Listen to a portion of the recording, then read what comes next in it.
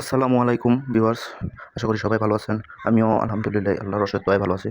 তো সকালবেলা ঘুম থেকে উঠলাম, উইঠা রাতে আওয়াজ পাইছি প্রচুর বৃষ্টি হইছে। এই আপনার ভোর ৪টার দিকে প্রচুর বৃষ্টি হইছে। তো সকাল সকাল উইঠা তাড়াহুড়া কইরা গেলাম। গিয়া দেখলাম আলহামদুলিল্লাহ আমাদের যে অসুস্থ হইছে সেটা আলহামদুলিল্লাহ সুস্থ হইতাছে। খাবার যাওক আলহামদুলিল্লাহ খাইছে, বাথরুমটাও সবুজ থেইকা একটু শক্ত হইছে, যাক আলহামদুলিল্লাহ। তো সাথে, সাথে থোরের ঘরে ঢুকলাম।